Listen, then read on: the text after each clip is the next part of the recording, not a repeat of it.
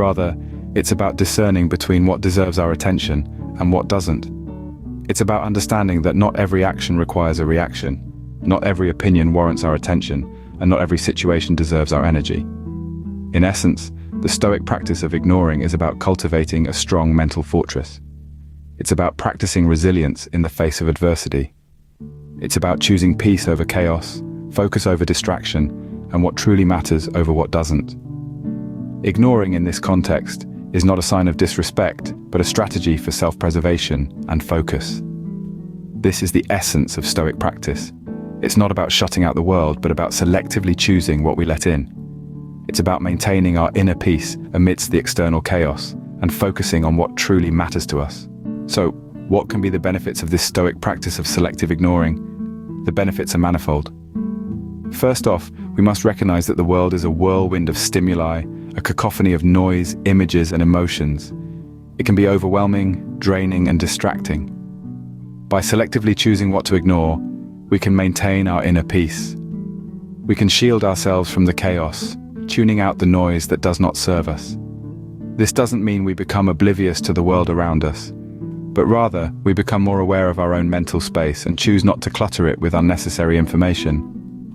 Secondly, ignoring allows us to focus on what truly matters. This is where the Stoic principle of dichotomy of control comes into play. Stoics believe that we should focus our energy only on things we can control. Anything beyond our control should be acknowledged, but not stressed over. By ignoring what we can't control, we free up mental space and energy to focus on what we can change, what we can improve, and where we can make a difference. A simple example of this could be ignoring the negative comments on your social media posts. You can't control what others think or say, but you can control how you react to them. By choosing to ignore them, you reserve your energy for creating more content, for engaging with your supportive followers, for improving your craft. Thirdly, the practice of ignoring can help us avoid unnecessary conflicts.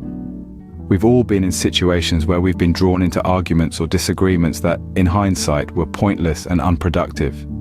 By mastering the art of ignoring, we can sidestep these energy-draining encounters, choosing peace over conflict, silence over pointless noise. Consider the workplace scenario where a colleague constantly criticizes your work. Ignoring does not mean you disregard constructive criticism, but rather you filter the negativity, focusing on what can help you grow and ignoring what only serves to demotivate. As you can see, the art of ignoring can be a powerful tool of softness and flexibility. It uses metaphors from nature, like water wearing away rock. Reading the Tao Te Ching can be a transformative experience. Even today, thousands of years after it was written, the Tao Te Ching continues to offer profound insights into the art of living. Section 6. Simplicity, the path to clarity and peace. Simplicity is a core principle of Taoism. It's not about living an austere life. Rather, it's about clearing away the unnecessary. It's about finding the essential in all things. In a world of constant stimulation and complexity, this principle is more relevant than ever. Taoist simplicity isn't just about material possessions. It's also about our thoughts and actions. It encourages us to simplify our minds. By doing so, we can see things more clearly. In practice, simplicity might mean decluttering your living space. It could involve simplifying your schedule. The goal is to create space in your life for clarity, creativity, and simply being. Section 7. Taoism in Nature, Learning from the Natural World. Nature is a great teacher in Taoism. The natural world embodies the principles of the Tao. It demonstrates effortless action, balance, and simplicity. By observing nature, we can learn how to live in harmony with the Tao. Consider a tree. It doesn't strive or force its growth. It simply grows, responding to its environment. It bends with the wind rather than fighting against it. This is Wu Wei in action. Water is another powerful symbol in Taoism. It's soft and yielding, yet it can wear away rock. Water teaches us about the strength of gentleness. One Stoic technique is to analyze your fears. What exactly are you afraid of? Is it likely to happen? If it does happen, can you handle it? Often our fears are exaggerated. Analyzing them rationally can reduce their power. The Stoics also practiced fear setting. This involves imagining the worst-case scenario, then developing a plan to handle it. This preparation reduces fear.